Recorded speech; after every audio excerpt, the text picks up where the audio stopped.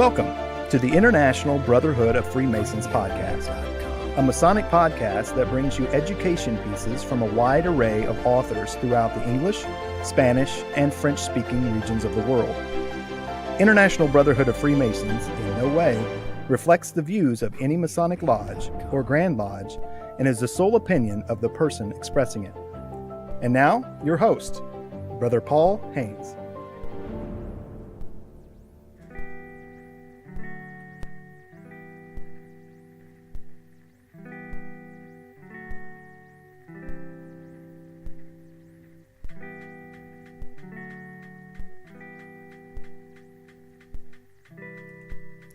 Welcome to episode number 8, entitled Freemasonry Under the Nazi Regime. Of course, there's been much written and relayed about World War II and Germany and the Nazi regime during World War II. Maybe not so much about how it affected Masonic lodges, how it affected Freemasonry and Freemasons themselves. So today on International Brotherhood of Freemasons podcast, we're going to talk about how the Nazi regime was affected by Freemasons and how they affected the lodges in Germany and throughout the parts of Europe they controlled during World War II.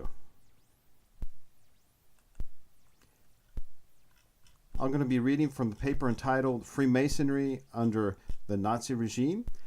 If you are a monthly contributor, then you will be able to access some of the images that come along with this paper. There are some real interesting cartoons and images that meant to deride Freemasons and Freemasonry that originated from the Nazi regime during the time leading up to and including World War II.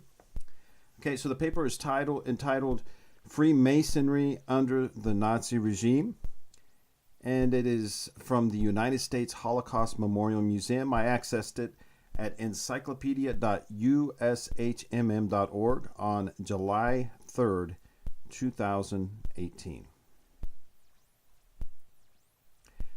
When the Nazis came to power, policy towards the Freemasons was equivocal.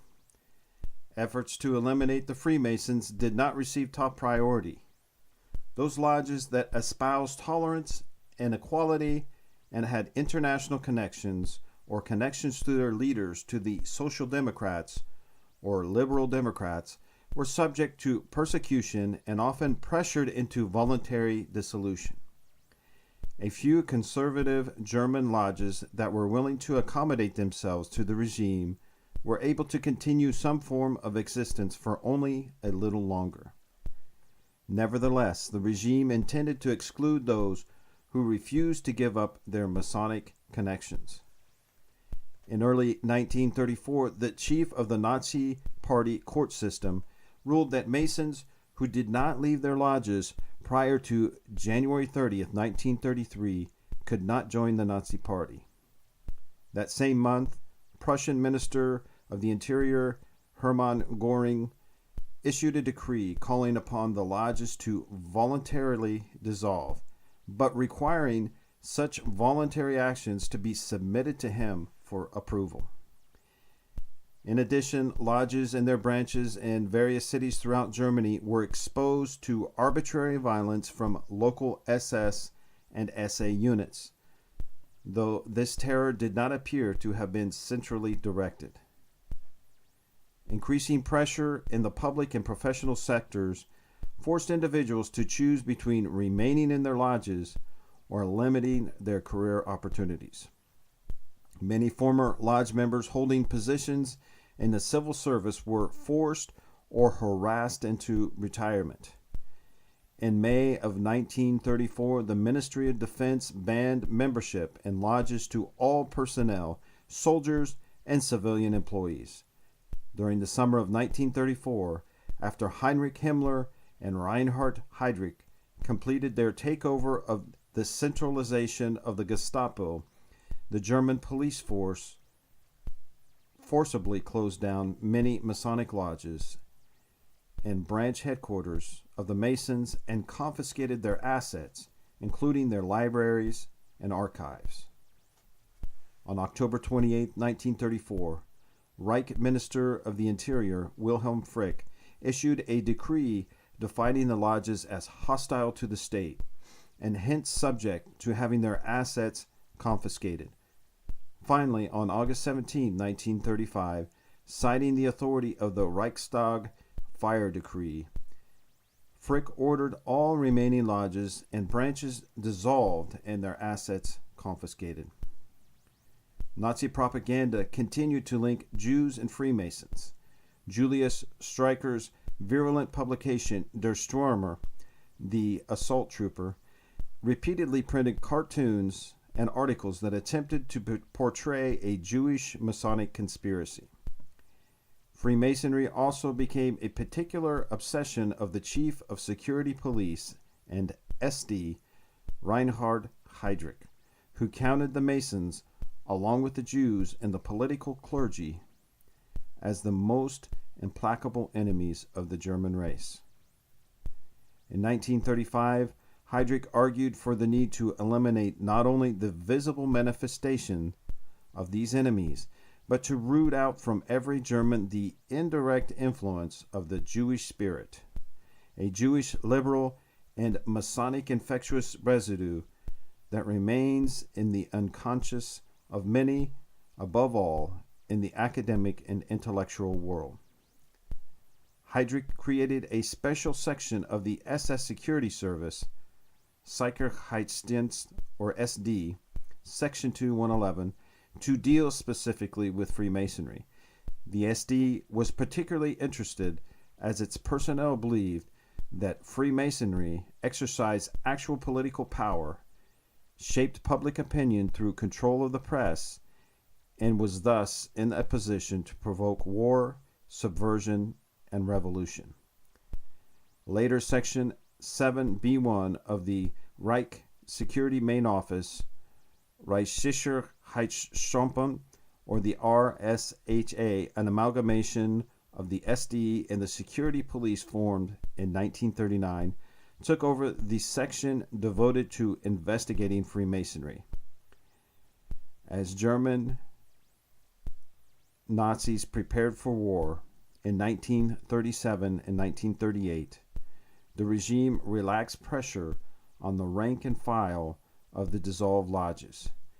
Hitler amnestied members of the rank and file who renounced their former loyalties in April of 1938, and efforts were made in the public sector to decide on continued employment of former lodge members on a case-to-case basis. Many civil servants who had been forced to retire due to their Masonic connections were recalled into service after the war began, and the ban on former Masons serving in the Wehrmacht, German armed forces, even at the officer rank, was relaxed. The Nazi Party continued to ban former Masons from membership, though exceptions were made after 1938 in both the Nazi Party and even the SS.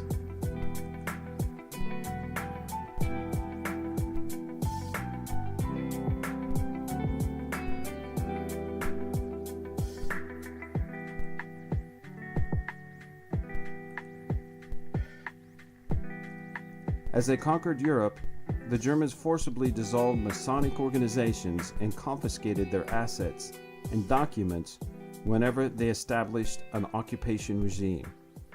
After a lodge was closed, it was ransacked for membership lists, important library and archival items, furnishings, and other cultural artifacts.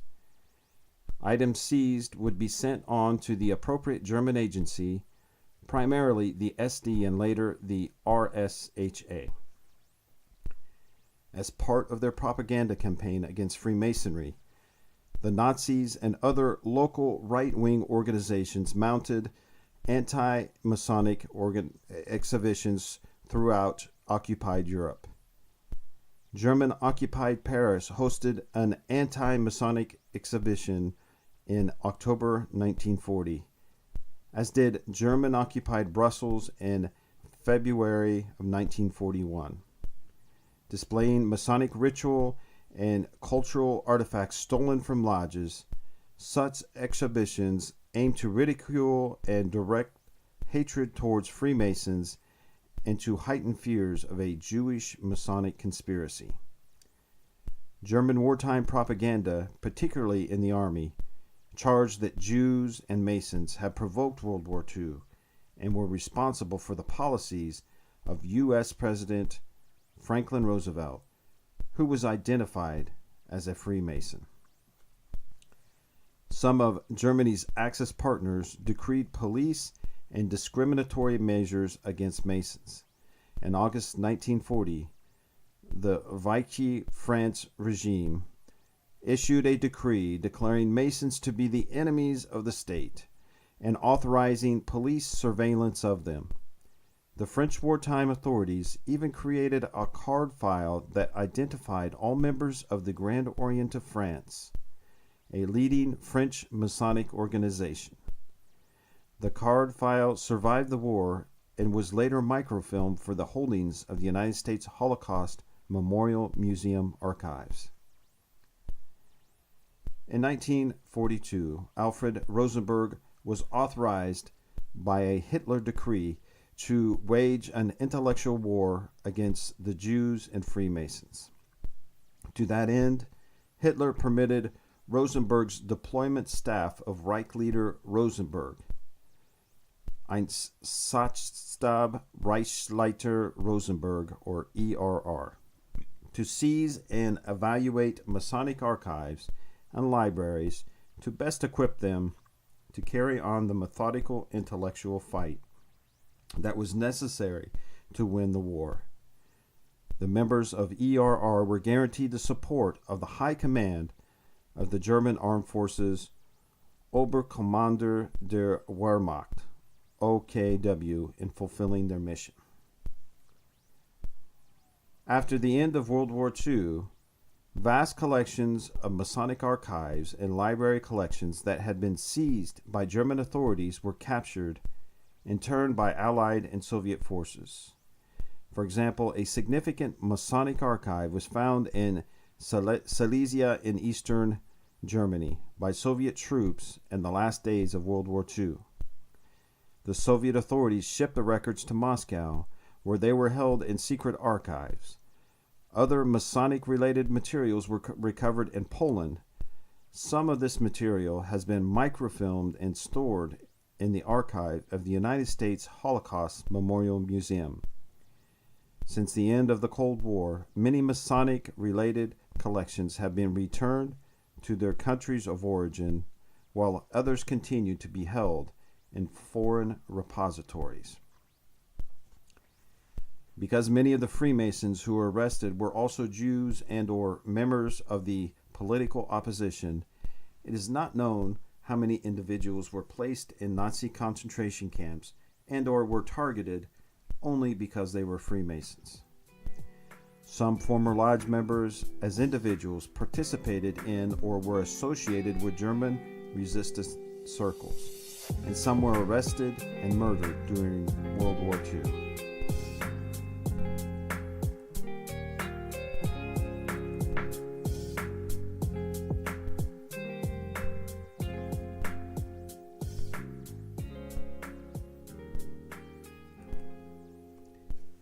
So it's not difficult to imagine how the Masonic teachings of equality and brotherly love would clash with the policies of the Third Reich.